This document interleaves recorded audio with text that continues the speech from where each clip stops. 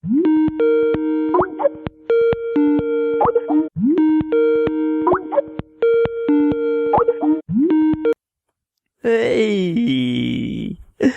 konnichiwa, James.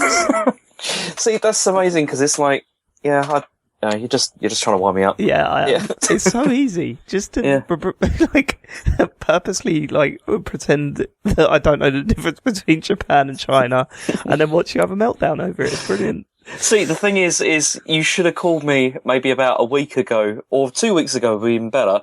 And yeah, I'd have been more raging actually. Why is I'd that? have been, well, because we were still there. And now we've been back for a week, so I've actually calmed down quite a lot. So it's quite good. So your break wasn't a pleasant one then? Fucking awful. It was. Why? Well, the thing is it was probably. See, the thing is, it's hard to know where to start. I mean, it was probably the worst experience I've had actually in China, I think. Why is that? Why? As in, it's probably the worst holiday in inverted commas I've ever had. It was really bad. But the thing is, it's really difficult to know what to say because I can't really say much without angering people. So I'm not. What do you think that the whole of China are going to listen to this? No, like family. You know. Oh, I see. So I don't really want to say too much, but it was too hot. It was over 40 degrees most of the time. Jesus. That wasn't fun. No space. Like where we were living, there was no space. I won't go into that too much. Prices have gone up. Everything's really expensive now. Really? Which is, like more, like we went to like a couple of restaurants and it was the same as the UK. Like the prices. Which is kind of ridiculous because, why has that happened? It's inflation. Like prices have gone up, but salaries haven't. And it's like, yeah, it's one of those things where you only notice if you've been out of the country, you haven't, you come back and suddenly everything's a lot more expensive. But if you're there gradually over time, you don't notice so much. And you were over there when there was that great disaster, weren't you? So that there was the explosion as well. Yeah, and I mean, some of the stuff you were telling me. I mean, about the government sort of blatantly covering shit up and that. It's man, I don't know why you're obsessed with that place. Because it's fascinating. It's absolutely fascinating. It's, especially like the cover-up stuff, because it's like the other day, do you know like how the Chinese stock market and everything's like crashed? Yeah. Badly. And they're censoring information about that now. And it's like everyone knows it's crashed, but like the major like media outlets are just like not covering it. Because it sounds like Blackpool Football Club, where the place is clearly falling to pieces, but the owners are like, no, everything's fine, don't worry about it. We're still aiming for promotion. Yeah, it's really interesting. It's just, not so good. I don't know, every time you just talk to me about this place, it just makes me more and more angry. You're turning me into some sort of weird racist. Like, do you know what I mean? It's like, I'm just like, fuck that place and fuck everyone that defends it. Like, see, this is the thing, I really, if I was rich, I really want to take you there. Because I just love to take you there for like a couple of weeks and just let you see what it's like. Because I think you'd love it. I think you'd find it amazing. I really think I just can't imagine what it'd be like. Just like walking around and you like just saying like, what's that happening? What's that happening over there for? And just like it'd be great. Yeah. Yeah. No, I can think of places that I'd rather be, to be quite honest with you. But I don't know. It is fascinating, but in the worst way. I suppose that's the best way of putting it. It's like, because that's the thing. Because like what my personality is like. I love like chaos and like things failing and stuff like that. And it's like so it's kind of like it's interesting. That's why I like it. It's like, I love chaos. Joe, you're one of those people, like one of those rare friends of mine, where if you did something like absolutely horrific, like I'd probably go, yeah, no, it sounds like James. I'm not going to turn around and say, yeah, he was just a normal, average guy. I don't get why he did this thing. I'll be like, yeah, no, James is capable of this. I mean, you just had to look at terribly unfair, but the choices you made in The Walking Dead. I think summed it all up. Most other people made similar choices, David. There you go, grieving father. Here's a gun to shoot your child while I watch. I didn't want him to put him through the pain of like doing it again. It's the whole thing. So it's the whole thing, that whole episode of your life. Yeah. I think the worst bit though about the whole thing was that we didn't get to go anywhere. 'Cause we were going to go to some other places in the place. And we had everything planned, everything sorted out, and we were going with one of Chen's cousins. But then on the day the day we were supposed to go, we got a phone call at like 5 a.m. saying he got chicken pox. And see, this was bad. Okay, I felt sorry for him, obviously. But the worst thing about this was he'd been playing with the kids. Ooh, and, yeah. like, Asher hadn't had it. And we were, like, really worried because it's 2 weeks is, like, the time for, until the symptoms start to appear. And it was 2 weeks to that day when we were supposed to be flying back. And I was like, that will be, like, the icing on the cake is if we can't fly back. It's like we can't leave because the kids are sick. But fortunately, they're okay. So not only that, you said that the hospitals out there are just absolutely horrific. So it's that would have been awful as well. It's like it's not so good. It's like, I could tell you, like one of my friends over there was in hospital while I was there, and I went to go and see him. And there was this whole thing where he was having some surgery for his liver, like being sorted out because it's not very good. And before he was doing it, the doctors told him he had to get other people to donate blood for him. You see. And what? Yeah, exactly. And he was like, what? And he was like, well, you've got to get 2 friends to come and donate like a certain amount of blood before we can do the operation, or you'll have to pay more money.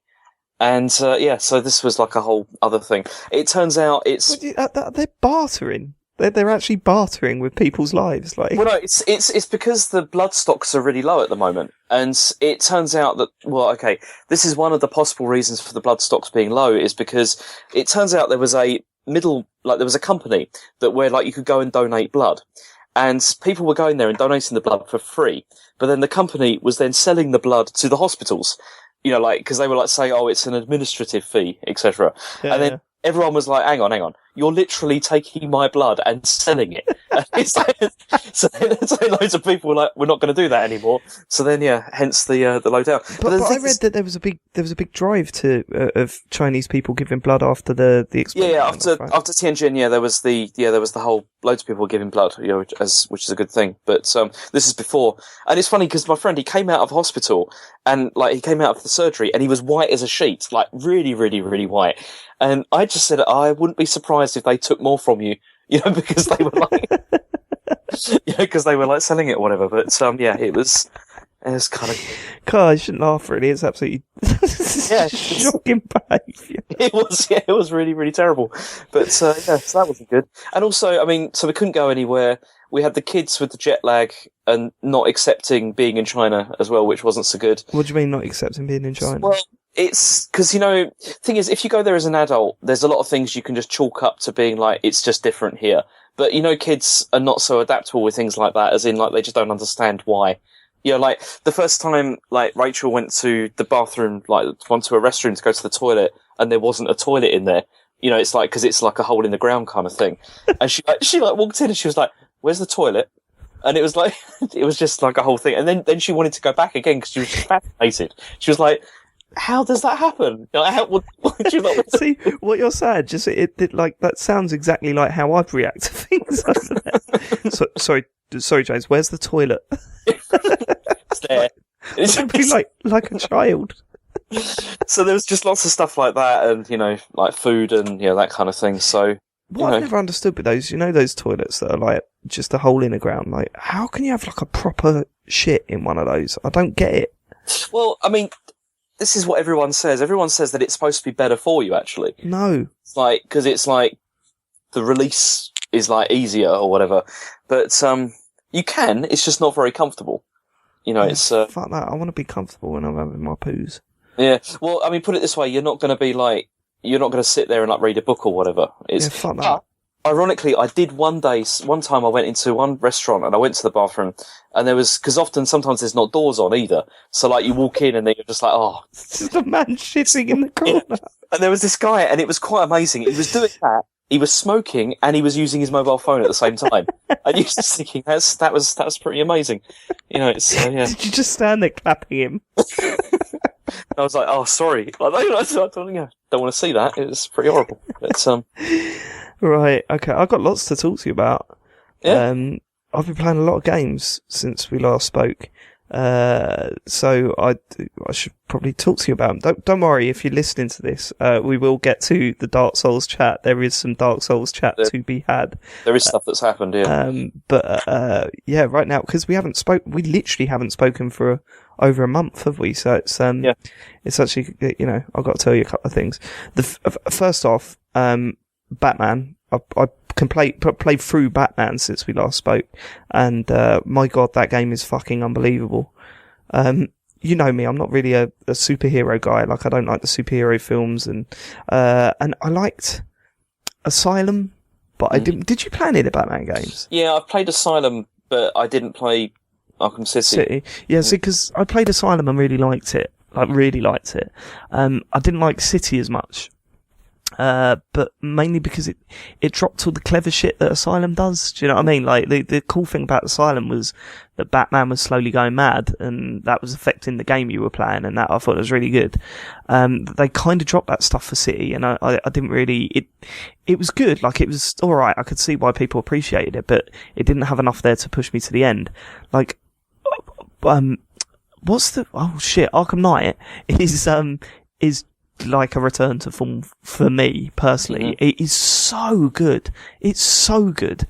I mean, I'm gonna go even say it's better than Asylum. I just absolutely adored my time with it. You know, the stuff you heard about the Batmobile being a bit shit, it is, but it's not like enough to completely ruin the game. The stuff that it does with environments and characters and stuff, it's just AAA from start to finish. Like, it does shit so seamlessly and so confidently. Honestly, you've got to play it when you get the chance. Like, you've really got to give it a go, because I mean, it constantly blew my mind, and I gave it back before I 100%ed it because I was borrowing it off a friend, and I must admit, I kind of regret doing that, because it's a game that I wouldn't mind just popping into every now and then and doing a bunch of side quest stuff. So maybe I'll pick it up again at some point. But yeah, what a fucking video game that is. So that's good. I'm playing through Life is Strange. Do you know much about that? Yeah, I nearly bought that yesterday. Oh, really? Didn't. Yeah, because it's on sale at the moment. Is it? Yeah, it's like on Xbox One, it's like about £12. Get it. Is it good, yeah? I would definitely get it. It's I'm halfway through episode 4, which is the penultimate episode, and the last one they've brought out. The 5th one's coming out later in the year, I think, and it's the last one. It's strange. Oh god, that sounds awful. Like, I actually meant that. No, it's like it's hard to recommend. I think you'll genuinely like it, right? Because you're a lot like me when it comes to these sort of story-driven games. Yeah, I love them. Yeah. It is essentially a Telltale game, in pretty much every sense of the word. It's got one little gaming mechanic that tries to introduce puzzles, but they're all pretty straightforward. And in fact, actually, they slowed the pace down a little bit too much for my liking. There's a couple of like fetch quest bits where it's like, can you find the eggs and bacon for breakfast? And it's just like, oh my god, why are you making me do this? I mean, they're essentially making you do this so you don't just power through it, and that you actually start exploring the environments a little bit, because it's essential that you do that. But oh god damn, like the first episode is pretty terrible, and there's enough there to put you off from ever playing it again, because the writing is very sort of, it sort of plays along the same lines as Juno, the film, but without without the charm of it, if you know what I mean. Like, everyone's saying, oh, that's hella cool and stuff like that, and you're going, oh, come on. And it like over-references things and, rams things down your throat that, hey, this is set in the real world where all these cool, quirky people live, and you're just like, fuck off, man. But then there was a sense of it, because it's set in like a small town America type place, and it gets that feeling perfect, and that was what was making me think, hold on, there's something here, they're actually building something. So I continued. Episode 2 was okay, it wasn't spot on. Episode 3 was insane. Like, it was so good. By the end of it, I was absolutely gobsmacked. I don't know how people waited between episode 3 and episode 4. Like, 'cause I think there was a couple of months wait between them. I don't know how people did it. It would have driven me mental. Like, it leaves on a cliffhanger that isn't a cliffhanger. Like, it's not like a, oh no, what's going to happen? Dun, dun, dun. It felt like, the cliffhangers in Breaking Bad, where it was like at the end of it, something would happen that would make you go, holy shit, where are they going to go next? It's not, holy shit, what's going to happen to them now? How are they going to get out of this? It's like, holy shit, where that changes everything. Where are they going to go next? And that's a really, really special feeling. Yeah, it's interesting. I recommend it, but with reservations, especially saying if you're going to buy it, stick with it till episode 3, because no one would blame you if you turned off after episode 1 and went, fuck this. Mm-hmm.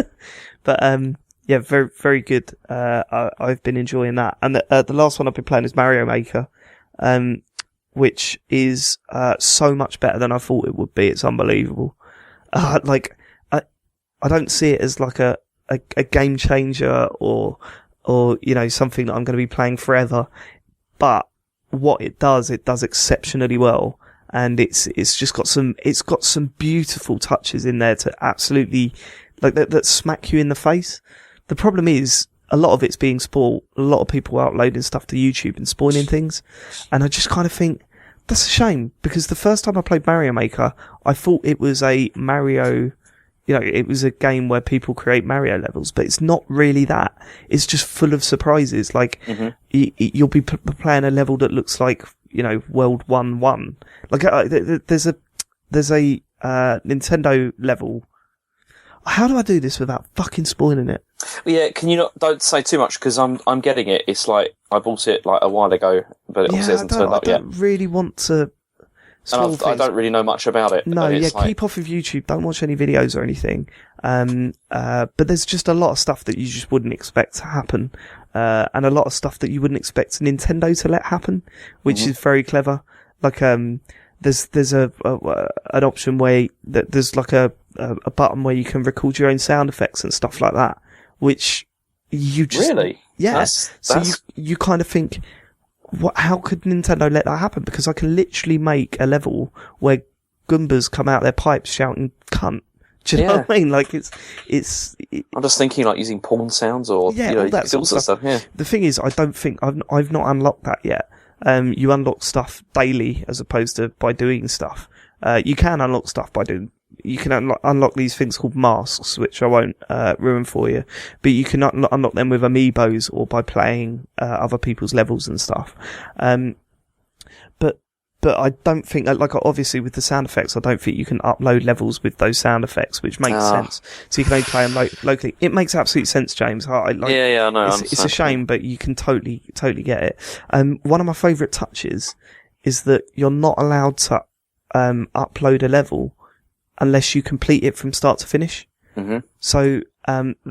So if you look at a level that looks absolutely impossible, you're actually like, there is a way of completing it because the creator completed it. And I created one that was like really, very hard. And then it said, okay, you've got to play it before you upload it.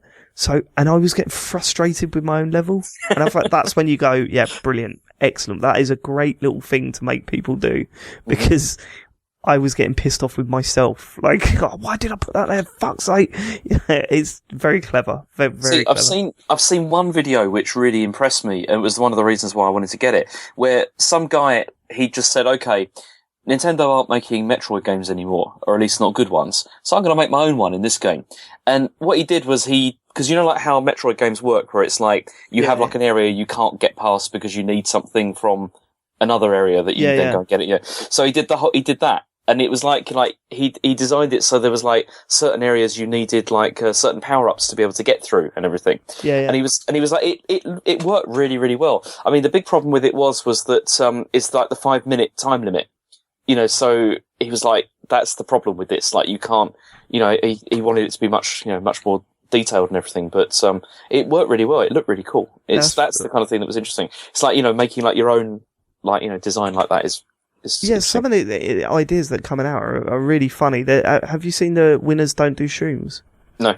There's one where, it's called Winners Don't Do Shrooms, and basically you can't get past a certain bit of the map because it's only for little Mario, and there's no way to like get hit, but the level is just completely flooded with flying mushrooms. So you've got to try and avoid these mushrooms and get to the end without becoming like Super Mario.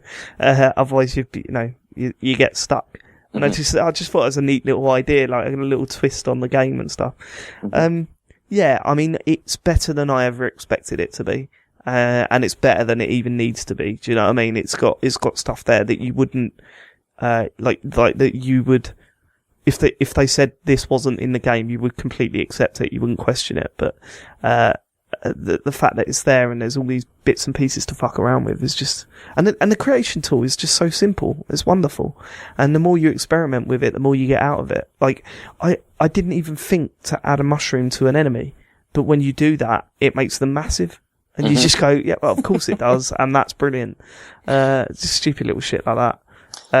Yeah, like having cannons and, you put the cannons from, Mario games. You just like whack coins in them and they just blast out coins instead of bullets. Yeah. Stuff like that. It's just all very clever, very well done, as you would expect. How do you think it's going to do? Do you think it's going to be popular? I think it's going to do really well. Yeah, I think there's going to be a lot of chatter about it. I mean, there's already chatter about certain levels all over Twitter and, forums and stuff. But you've played Little Big Planet, yeah? Yeah. So I played a lot of Little Big Planet. So how would you compare? This is much, much better. This is so much better than Little Big Planet. I'm not a fan of Little Big Planet at all. I thought the controls were floaty. Like, I just didn't like the setup. I thought although the creation tool was better in Little Big Planet in terms of scope, in terms of what you can do with it, it was too complicated and not fun to create levels. So it was like, it was a bit of a slog. Whereas here it is a piece of piss. And alright, you haven't got the scope, you can't create these insanely complex levels because you've got to keep within certain rule sets. It's simple enough to actually fuck around with and create something for your friends. Also finding new levels to play is a lot more fun in this because it's all like there's leaderboards and you can sort it from most recent to most starred. Like after you complete a level, you can give it a star, and that sort of puts people up the leaderboards and it elevates all the good stuff to the top. So yeah, it's brilliant. The only problem is when the game comes out, all these levels that have been made are being wiped out. Really? So yeah, so all the cool shit you've seen, you won't get to play because they're starting afresh when the game's finally out. Okay. Kind of makes sense, but it's also kind of annoying. It does. Really. I kind of get it, and but I'm excited for when it comes out because I'd love to see some of the ideas that come out of this. I just think there'll be some really good ones.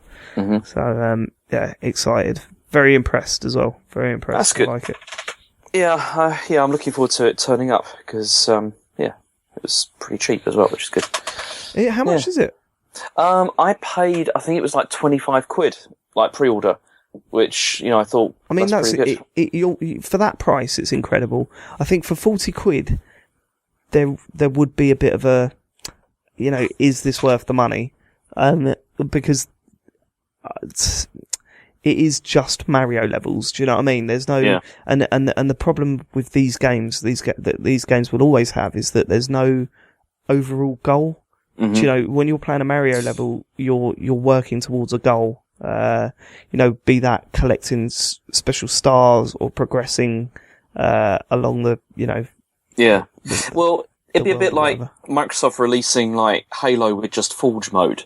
And like that's it. Just designing levels is your, kind of your yeah. thing. I mean, this is more fun than that. Like I wouldn't say it's as cut and dry as just a simple level creator in a normal game, but yeah, because it hasn't got that overall goal, I do kind of think that maybe, I don't know. I think just if it's 25 quid, man, that's fucking insane, and it's well worth it, and you'll have a lot of fun with it. And I can't wait to see what you create.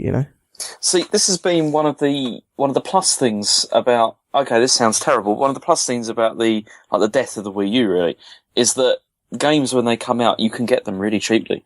Like there's quite a lot of stuff. I mean, I got Splatoon today. Like I bought that. I've ordered it. How much did you pay for that? Because I was thinking about getting that. That I paid £17 for.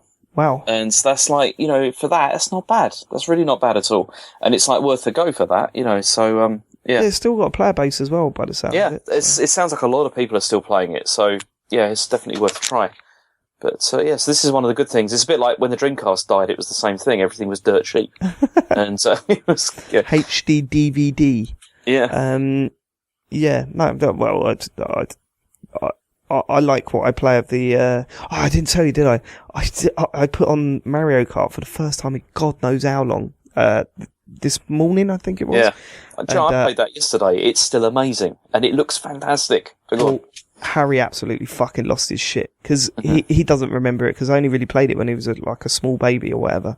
But he was just like, what the fuck? Yoshi and cars. Yeah. This is like my two favourite things in the world. Like, just coming together.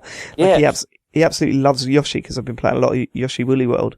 And, it was like, when he saw Yoshi was on the screen, he was like, what? But why is he in this? Like, this is batshit. What is that dude doing there? It was just really nice to see. Like, he was well into it. I had a really similar thing because this morning I did the same thing and Asher was actually sitting in another part of the room playing on an iPad and then it started up and he just threw the iPad down and just came running over to the TV to watch. And I was like, that's really nice. Yeah, It's like, this is quality. That iPad is not. As in, like, the games he was playing. Well, iPad is getting it, I assume, knowing the way Nintendo are going.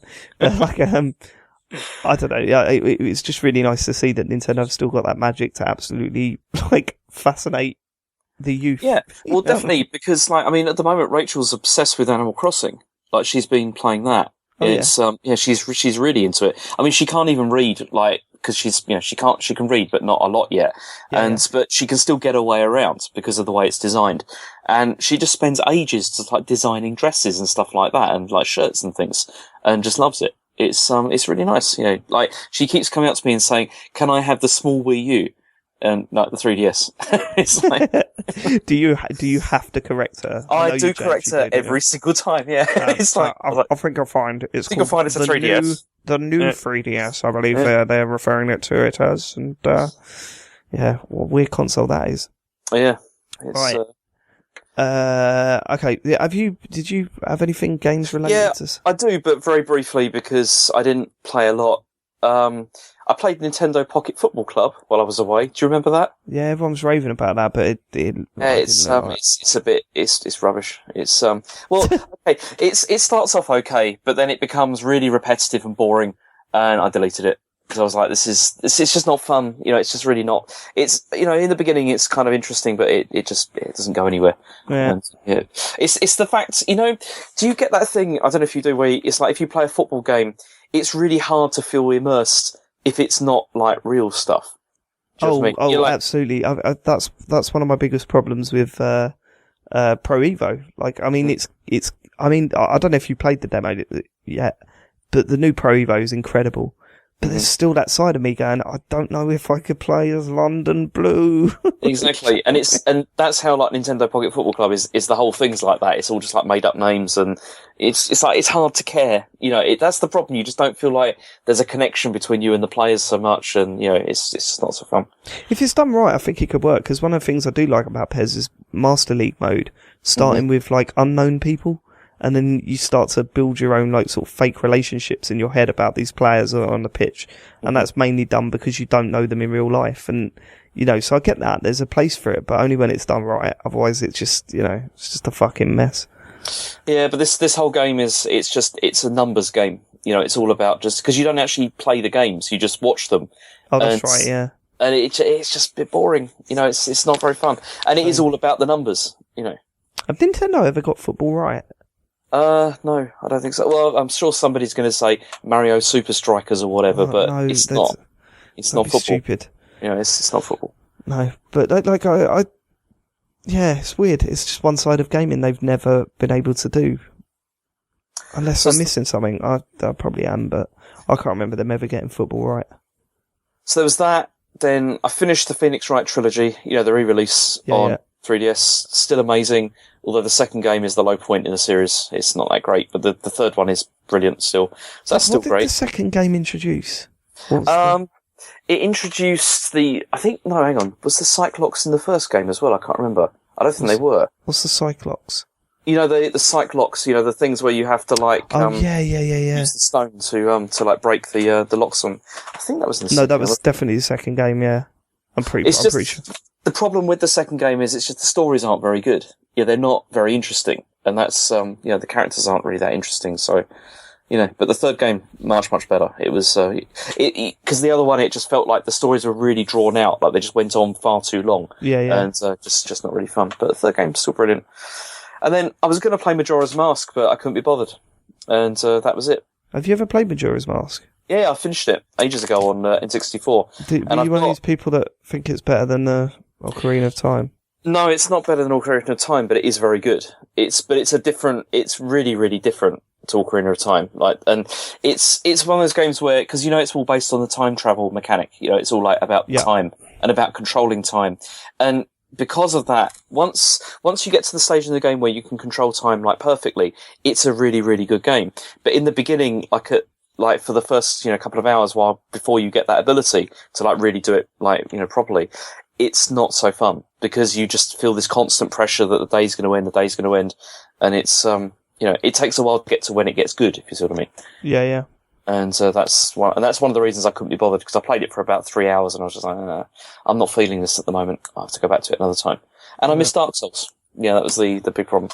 Yeah, so we were always going to get there eventually. What was it like? Because you left Dark Souls on such a buzz, like when you had to leave. It must have sucked to like suddenly not be able to play it. Yeah, that's what's kind of ridiculous about this, because I've thought about it a lot, like while I was away, and just kept on wishing, like, why didn't I bring my 360 with me? Like, why didn't I do that? Because it would have been something more to do as well. And yeah, I really missed it actually, because after doing that, the Ornstein and Smo, I then went off and did the Return to the Undead Asylum. That's right. I just really start to feel like I feel comfortable in the world now, like in it. Like after doing that, I don't feel so scared anymore, like playing. Yeah. Do you know what I mean? I don't feel like I can destroy anything, but I feel like I can achieve stuff now. Yeah, no, that's exactly it. That's exactly the feeling that you're supposed to feel, I think. Yeah, and so because of that, I really started to like get into it, and I really missed it when I couldn't play it. And it's been a month, which is a long time. Yeah. And then, I came back, and I remember that you said about the Painted World, like to go there next. And so I've been there and I've done that. Wow. Week. Okay, so this is big news. So first of all, what did you think of the Painted World? Well, you see, I don't want to keep echoing stuff you say, but I did really, really like it. And partly because, like I said, my skill level feels like it's at the right level to be able to appreciate it like more. Yeah. And the level itself is really impressive. And it's like you said, it's got like the hallmarks of all the things that make Dark Souls great in a confined area. It's got like the multiple layers, like opening up areas, with shortcuts and stuff like that. And just, it was the exploration. I really liked like exploring like a location which I knew was kind of like self-contained. Yeah. Because it's like, it felt like I could like explore the whole thing without, too much fear. Without worrying about like, oh, I'm about to go into an area that I'm clearly not leveled for. That sort of side of things is not in that area. It feels totally self-contained, and also it had one of my favourite enemies so far in it as well, which is the skeletons with the wheels. Oh, I fucking hated those things. Really, you like them?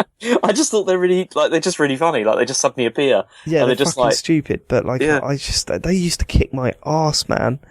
I had a lot of trouble with those things. Yeah, I thought they were pretty funny. It's but yeah, it was really nice to explore the Painted World. I enjoyed that, and also because I came up, because again there was a dragon which I wasn't entirely happy about when I saw it, from a distance. There's like the dragon at the end. I just thought, oh no, this is going to be awful. And so I sort of approached it. It killed me in the first attempt because it just sort of swiped me off the bridge that you're going across. Yeah. But then the second time I went back and I was like, okay, I'm wise to this time. As soon as he appeared, I just started running back, like across the bridge. And then I ended up beating him really easily, just by standing in a location where that poison gas can't get you and shooting him with my arrows. And then he died. He's a piece of piss. He's not hard at all. There's also, I take it you went the real way through, right? How do you mean? You went downstairs to where those spinning guys were and stuff like that. Yes. Yeah. Yeah, there's like a total cheat way to get through that area. That's the way I took. You sort of, I think it's like after you kill the undead dragon, it leaves his torso there, does it? Yeah, and see, I spent ages hitting that because I was like, maybe it'll move, but doesn't. That's weird because if you do hit it, I think it's with a right trigger attack, a built-up attack. It suddenly stands up, and you can go through its legs. It's really weird. It's just a really weird glitch in the game that they left in there, and then that takes you pretty much straight to the boss. So that's what I did. I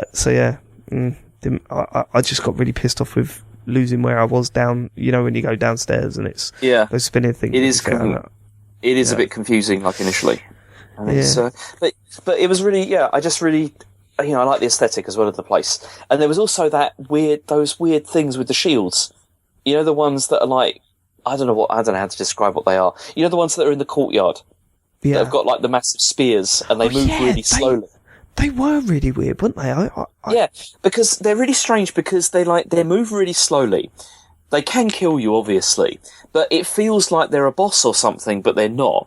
And it's just, every time I came up against them, I just kept on wishing I had a grenade because I just wanted to chuck a grenade in amongst them. Yeah, because they're all there in that circle, aren't they? Yeah, they're all just like back, and you can kill them all. Like they're not that difficult to kill. Like you can just pick them off one at a time, but they're just weird. They don't fit really with the rest of the game. Yeah, they're really unnerving, aren't they? All of a sudden, because there's times where I would go into that area and just not even bother attacking. Yeah, I just ran past them. I just I was looking at something and then I turned around and they were all like around me and it gave me this real sort of uneasy feeling. That's the thing. They're just really they're just really unsettling. It's just because the way they move is very sort of slow.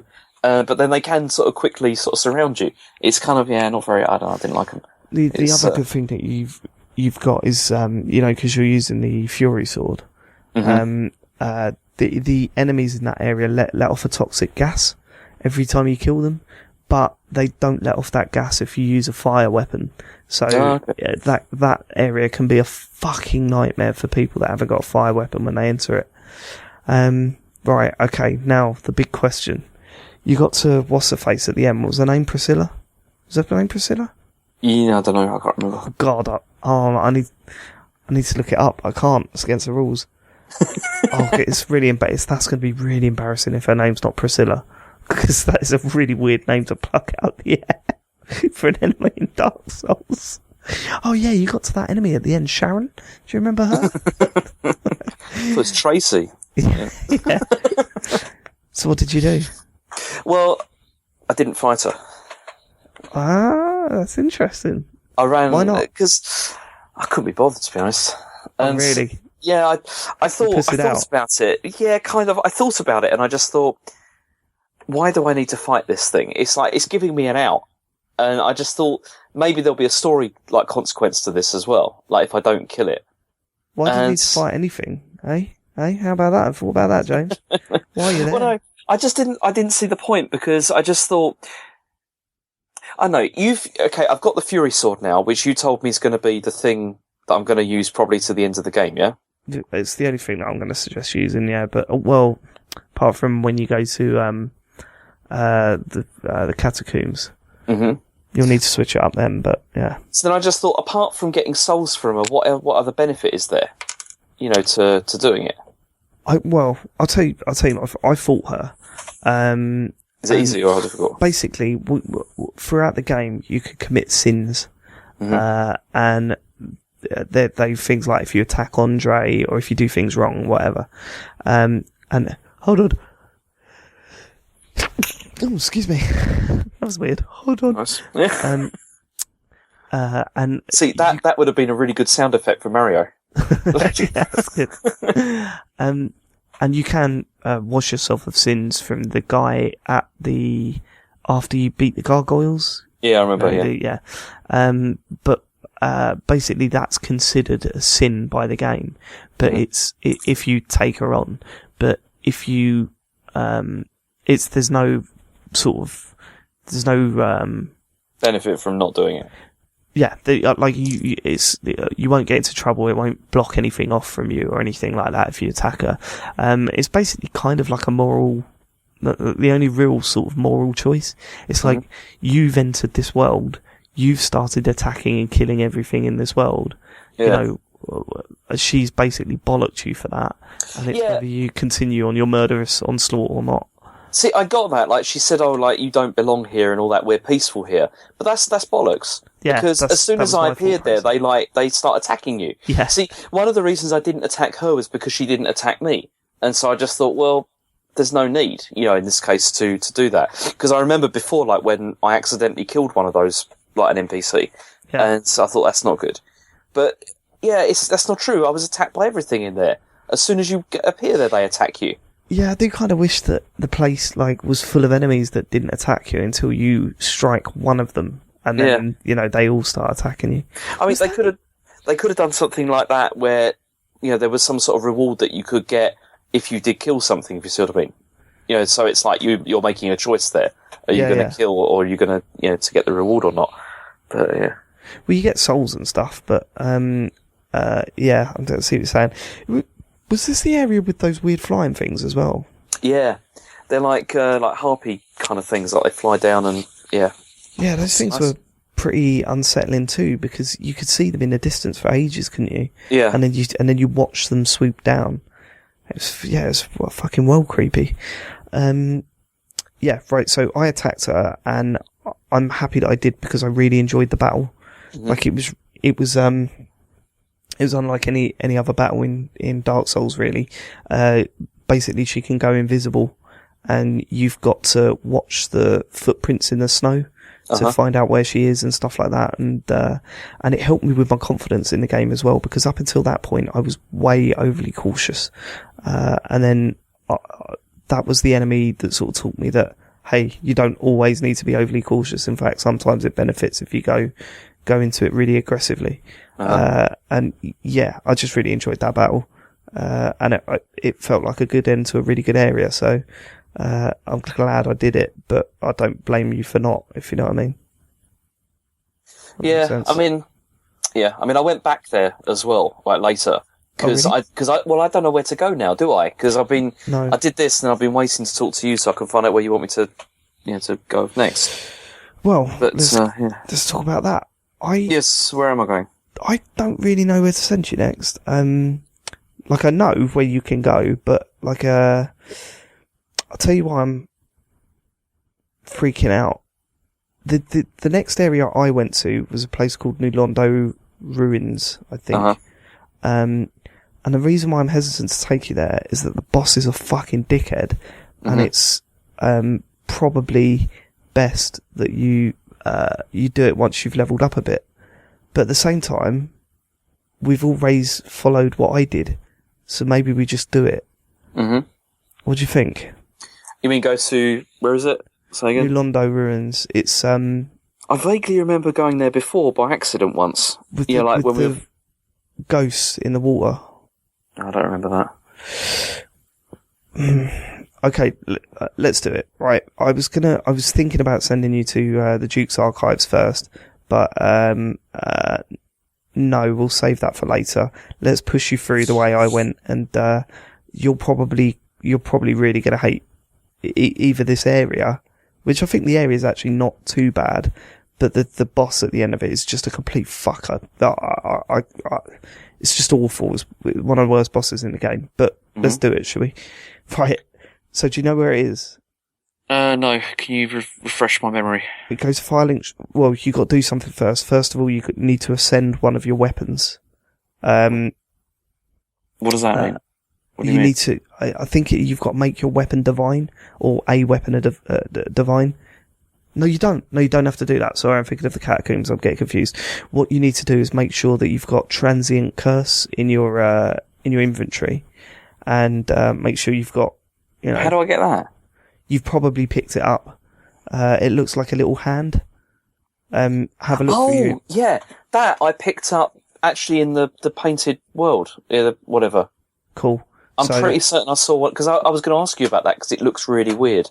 Yeah, right, basically, it's a consumable, and it runs out. It's got a time limit, okay? So you need to make sure that you've got some of that in stock. You should have, because it's pretty easy to pick up in New Londo Ruins. When you get down there,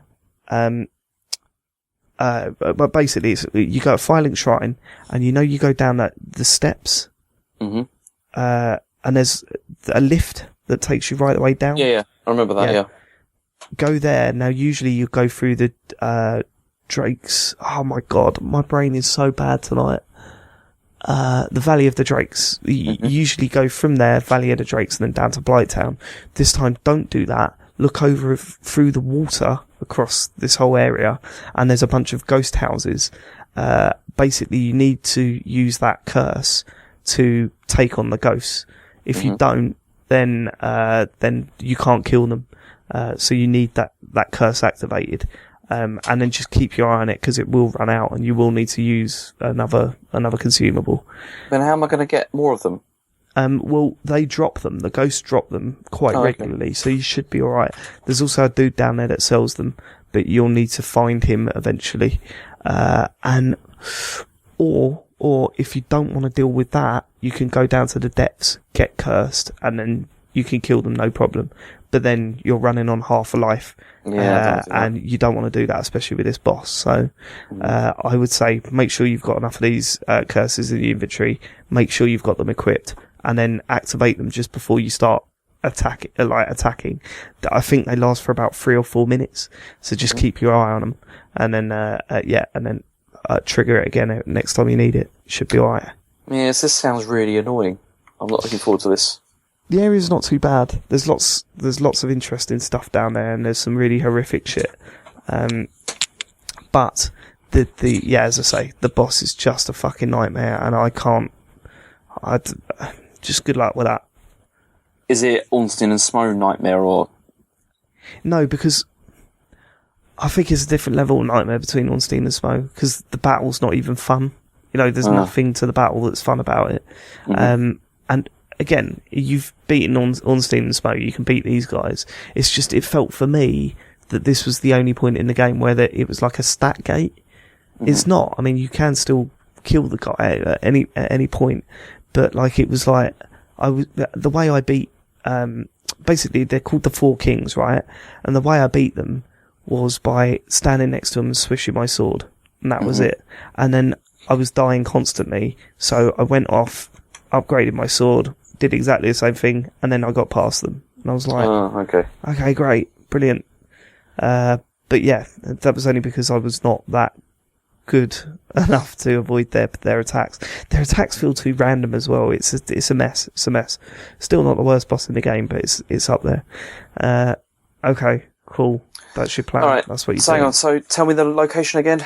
It's Firelink Shrine. Yeah. Down the steps where that firekeeper was, and then down the lift, and then I think you just walk out and you can look over some water, and there's some pathways. Your first task is to try and lower the water, so you've got to find a switch to do that. Okay. And then you can run to the boss. There's a big shortcut as well. There's no bonfires down there, but there's a big shortcut that when you ring me up next time, I'll explain to you, because it's impossible to explain it to you at this point. Okay, well, I'll give it a go and call you this week, probably, because, yeah. Alright, cool. I look forward to it, James. And that'll be good. Take care of your bad self. Will do, and you. Andrew, goodbye.